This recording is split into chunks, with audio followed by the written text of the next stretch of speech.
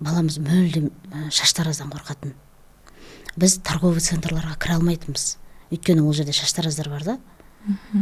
Сол үшін балам деген баспайтын, табалдырықтан аттамайтын аяғын. Қазір спокойно кіреміз.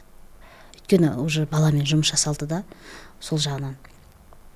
Шаштараздардың жаңа бутиктары тұр ғой.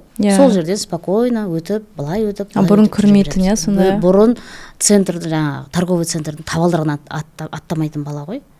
Көпшіліктен қорқады сонда, я? Көпшіліктен деп айтпаймын, көпшіліктен қорқпайды бала. Бала андай өткір дауыстар бар ғой. Қатты дауыстар, я? Пылесостың дауысы, сондайлардан қорқады. Вибрациялардан қорқады.